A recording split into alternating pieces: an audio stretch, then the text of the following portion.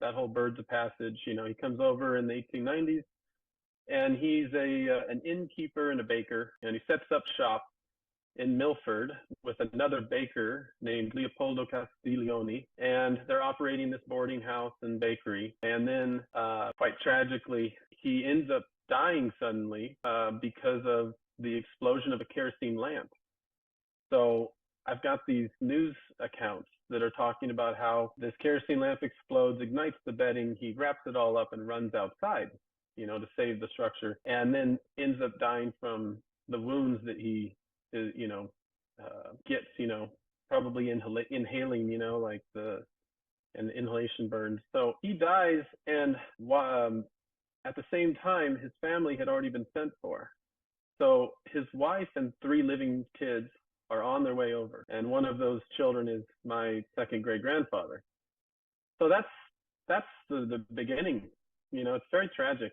So so she gets over to Milford, of course, then finds out her husband has died, and she's a widow in this strange place with 3 kids.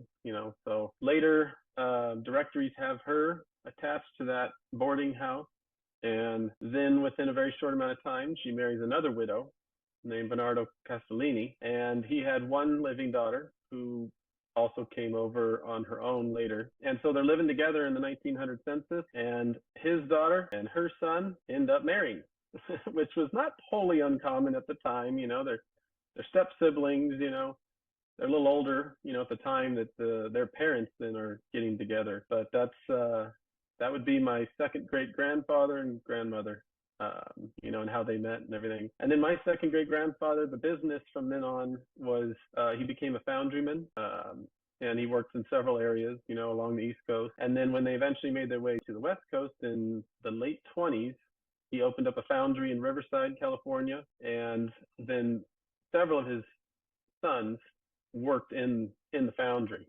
So my great grandfather ends up opening his own foundry, ends up being very successful with it. It's in Redondo Beach, and he cast things for the marine application during the war. It's he had military contracts. He's got castings kind of all over, and that's been fun to discover through my relatives. Oh, did you know the bells over here?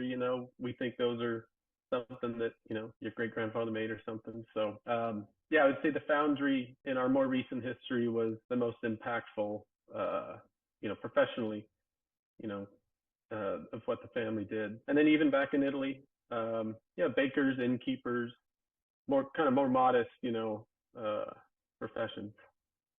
Well, it's great to be able to piece all of that together. And, even back in Italy to have, to be a baker or have some kind of trade or something like that. Well, that was pretty good, because it was basically an agricultural, country way back then.